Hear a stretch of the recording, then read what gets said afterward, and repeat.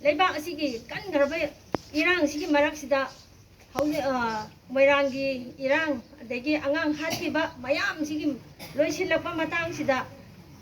अमुक लेबाक सि इंगेगेद्रा हायरगा हेन्ना सागलक्पगी फिबमदा लेरे मरम अदुना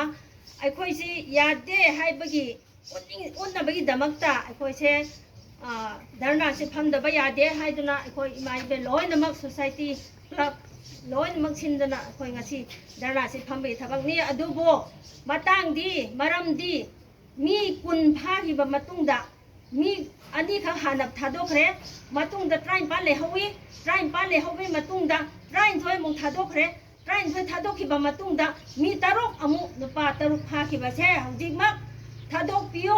नत्रबदी अखोइना मथंग अखोइगी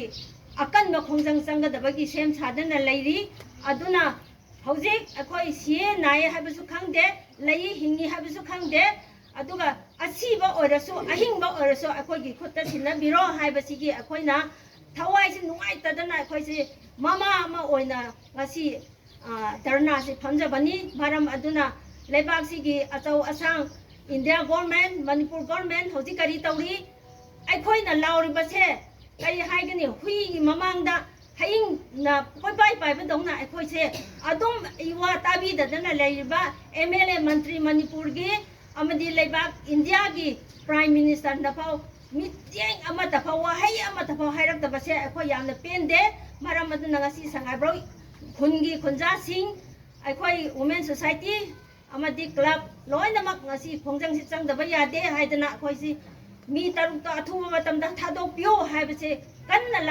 लाउजरिबसिनी मरम अदुना अखोइगी वासे ताबीदना थादोकपियो नुसी हैतना फाजिलिबा मी सिंगसे मखोइगी मथक्तसि ईश्वरना दंडी सोइदन पीगनी मरम अदुना अखोइसि हौजी अथुबे मतमदा हिंगिबा मी तरुक असे अथुब मतमदा थादोकपियो हाइदना अखोइना मीडिया की थोंगदा ngasi sangai brogi khunja singna apin tawjari basini